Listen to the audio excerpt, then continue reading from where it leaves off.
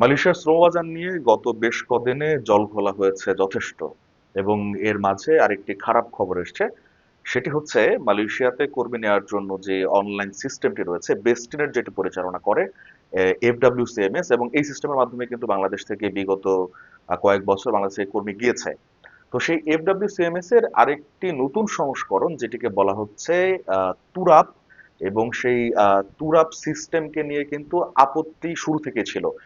2026 সালের শুরুতে প্রথম তুরাপের ব্যাপারটি আলোচনায় আসে, এবং FWCMS জানায় যে তারা নতুন ইন্টিগ্রেটেড এই সিস্টেমের মাধ্যমে মালয়েশিয়াতে কর্মী নিয়ে আসবে। মালয়েশিয়া সরকারের অবশ্যই সেটিকে অনুমোদন দেবে, এরকম আলোচনা উঠছিল। তো এই মুহূর্তে গত সোমবার একটি খবর আমাদের চোখে আসে, সেটি হচ্ছে মালয়েশিয়ার জাতীয় সংসদ নিম্নকক্ষ দেওয়ান রাকায়াতের 7 জন সদস্য, অর্থাৎ অর্থাৎ 7 জন এমপি একটি বিবৃতি দিয়েছেন। এই যৌথ বিবৃতিতে তারা এই তুরাপ সিস্টেম ব্যবহারে আপত্তি জানিয়েছেন। তারা বলেছেন যে এটি হবে আগে যে সিন্ডিকেট হয়েছিল বাংলাদেশকে কর্মী নেওয়ার ক্ষেত্রে, সেই সিন্ডিকেটের এপিট ওপিট। অর্থাৎ এই তুরাপ সিস্টেম ব্যবহার করলে দাতু আমিন, বাংলাদেশি বংশোদ্ভূত মালয়েশিয়ার নাগরিক, যিনি হচ্ছে আমিনুল ইসলাম, মূলত দাতু আমিন নামে পরিচিত, তার যে সিস্টেম ডেস্টিনেটেড FWCMS, সেটির একটি নতুন সংস্করণ, এর মাধ্যমে সিন্ডিকেট আরো জোরালো হবে এমন দাবি করেছেন কিন্তু সেই সংসদ সদস্যরা। সেই বক্তব্যের খানিকটা আমরা একটু দেখে আসি। Terima kasih semua. Kita semua sedar bahawa sistem foreign worker recruitment di Bangladesh in particular involve a very colourful tycoon from Bangladesh, Datuk Sri Amin. Yeah, he's a subject of Bloomberg reports, a lot of reports on this kind of thing. There's an extradition request from Bangladesh 2 tahun lalu untuk minta dia dibawa balik ke Bangladesh.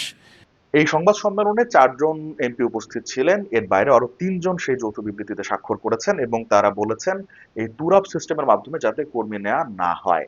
মালয়েশিয়াতে শ্রমবাজারকে কেন্দ্র করে বাংলাদেশ থেকে কর্মী নেওয়ার জন্য যে আলোচনা বিগত সময়গুলোতে হয়েছে, বিশেষত গত এক সপ্তাহে প্রধানমন্ত্রী তারেক রহমান মালয়েশিয়া সফরের পর নতুন করে আলোচিত হয়েছে মালয়েশিয়ার শ্রমবাজার বাংলাদেশের জন্য খুব দ্রুত খুলবে কিনা। সেই সময়ে ঠিক সেই মুহূর্তে 7 জন এমপির এই চিঠিটি কিন্তু বেশ গুরুত্ব বহন করছে, এবং এটি কিন্তু শ্রমবাজার খোলার ক্ষেত্রে মোটেও কোনো ভালো খবর নয়।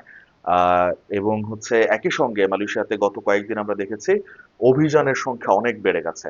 মালয়েশিয়ার প্রাণকেন্দ্র কুয়ালালামপুরের বুকিত বিন্তাং এবং কোতারায় অভিযান হয়েছে।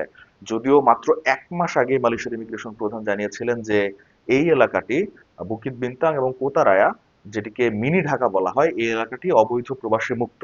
সেই ঘোষণার মাত্র 1 মাসের মাথায় আবারও পুরোদম অভিযান চলছে, এবং শুধুমাত্র কুয়ালালামপুরেই নয়, মালয়েশিয়ার সেলাঙ্গোর রাজ্যে গত কয়েক সপ্তাহে বড় কয়েকটি অভিযান হয়েছে।